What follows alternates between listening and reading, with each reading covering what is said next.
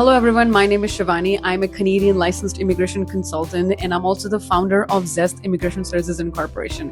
We have proudly launched this initiative to offer free French language lessons to help on your Canadian immigration journey right here on this very YouTube channel. As you may know, French is becoming a key factor in Canadian immigration, and many programs now provide easier or faster pathways if you have strong French skills. Whether you're aiming for a Canadian work permit, direct permanent residency from within Canada or your home country to Canada, or looking to boost your CRS or PNP scores, French can open many doors. That's why we are committed to providing full French training from level A1 to C2, from beginner to advanced level, completely free of charge on this platform, on this very YouTube channel. We will be uploading videos regularly, so be sure to subscribe and stay tuned and watch each lesson to get most benefit from this opportunity. This entire series is our way of supporting you on your immigration path, and your support means the world to us in return. Thank you, and let's learn French together for a brighter future in Canada. Keep watching this video to continue with your French lesson. All the very best for this lesson and many more to come.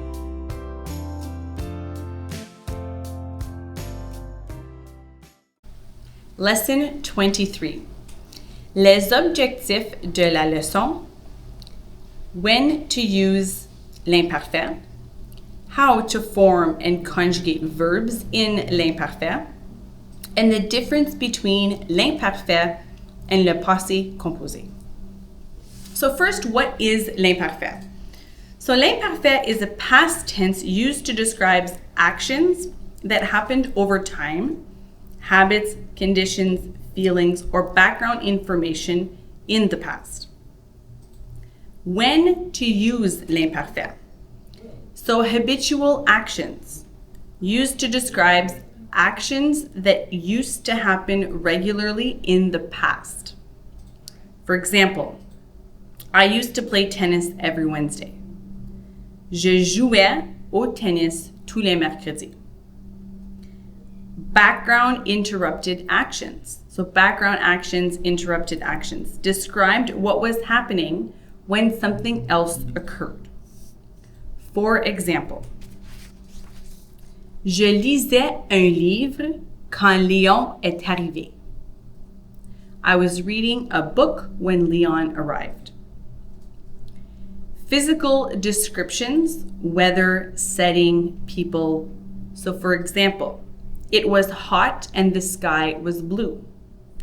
Il faisait chaud et le ciel était bleu. Emotional states or thoughts. So for example, when I was a child, I used to dream of becoming an astronaut. Quand j'étais enfant, je rêvais de devenir astronaute. Or si clauses, conditions or hypothetical situations, where we use si in French. If I won the lottery, I would buy a car. Si je gagnais à la loterie, j'achèterais une voiture. Now, how to form the imperfect tense, so le verbe imparfait, how to form it. So the regular formation rule is you take the new form of the verb in the present tense, remove ONS, and add the imperfect endings as per the pronouns. So for example, je, the ending is AIS. Tu, the ending is AIS. Il, elle, on, the ending is AIT. Nous, the ending is IONS. Vous, the ending is IEZ. And il or elle au pluriel, the ending is AIENT. So that would mean that for the verb parler, for example, to talk, the imparfait or the imperfect tense would be je parlais, tu parlais, il parlait, nous parlions, vous parliez, Il parlait. Il ou elle. Okay, so some example of the common verbs that we use with imparfait is regarder, or to watch. So that would mean nous regardons. You take the imperfect stem, which is regard, and then it becomes je regardais un film, because you're using the ending from le verbe imparfait. I was watching a movie becomes je regardais un film. Finir, so to finish. The nous is nous finissons. You take finis, F-I-N-I-S-S, and you would add the ending for tu finissais ton dessert. You used to finish your dessert. Boire, to drink. If you take le nous is buvons. So now you're going to have B-U-V as the stem to add the ending to it to make il buvait du lait. He used to drink milk. Faire, so to do or make. Nous faisons. The imperfect stem becomes F-A-I-S. To now make it nous faisions des casse-têtes. We used to do puzzles, or we were doing puzzles. Voir, to see. We take nous voyons. We take the imperfect stem of V-O-Y, and then we add the ending to have vous voyez souvent la mer. You used to see the sea often.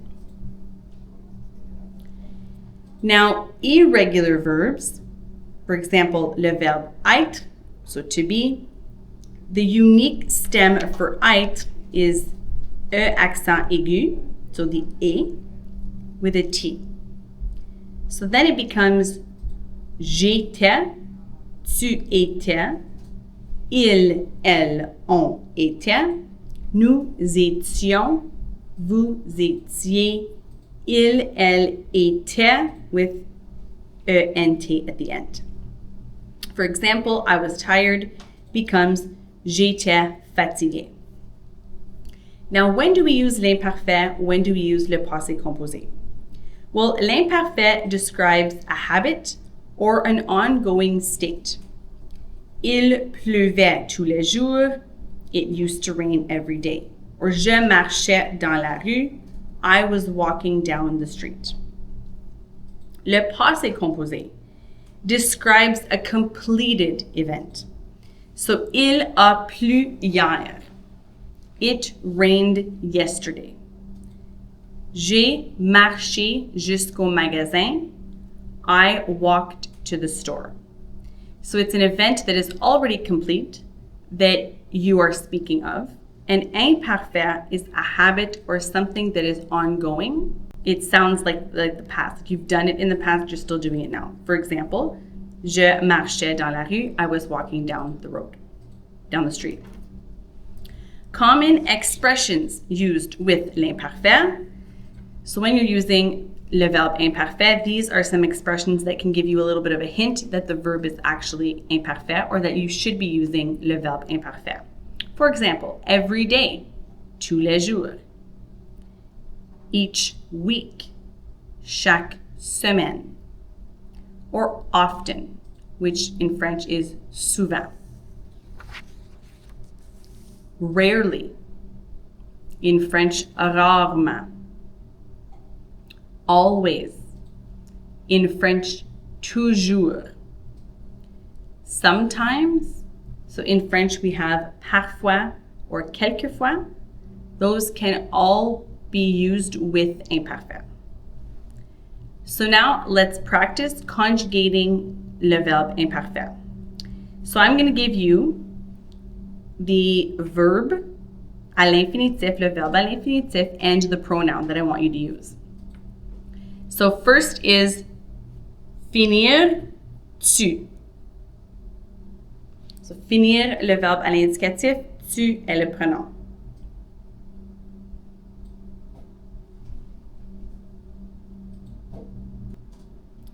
we would say tu finissais. Now we're going to use être avec le pronom nous.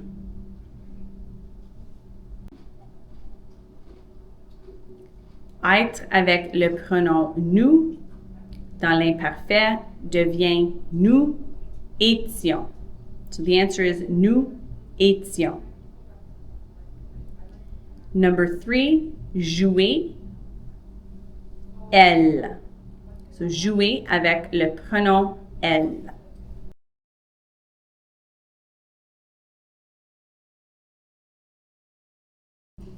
Jouer avec le pronom elle devient elle jouait à l'imparfait. Elle jouait. Number 4, avoir avec le pronom il. Avoir avec le pronom il.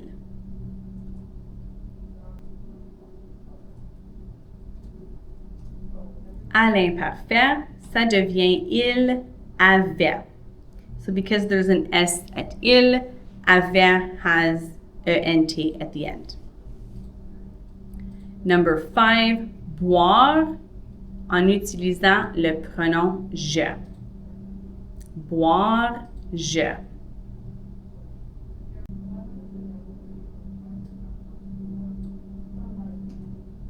That becomes je buvais. Now we are going to translate the sentence I give you into French. So the sentence is, we were in the middle of eating when you called. We were in the middle of eating when you called.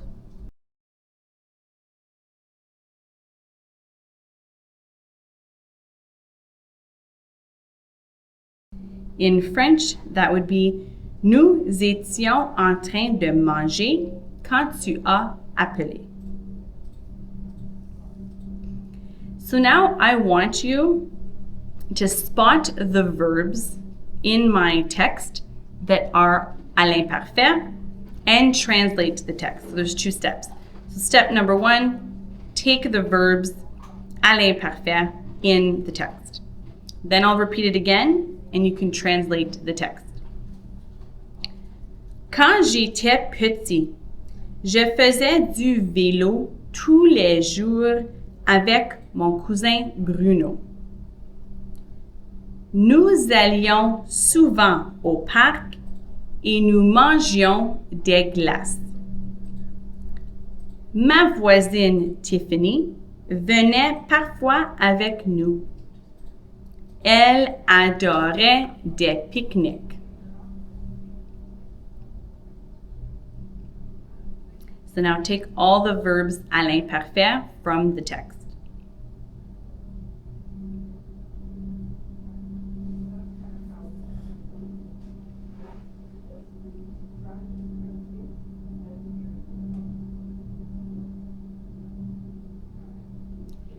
And now I'm going to repeat it, and you're going to get the chance to translate it in English. Quand j'étais petit, je faisais du vélo à tous les jours avec mon cousin Bruno. Nous allions souvent au parc et nous mangions des glaces. Ma voisine Tiffany venait parfois avec nous. Elle adorait les pique-niques.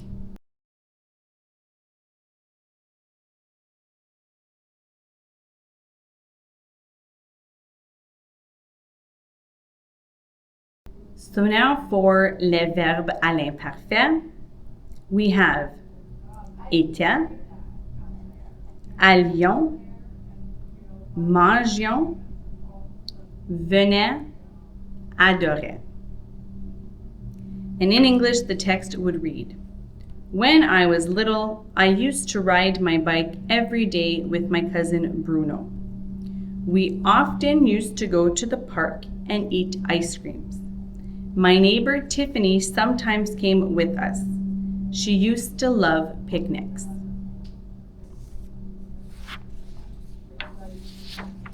Very good work.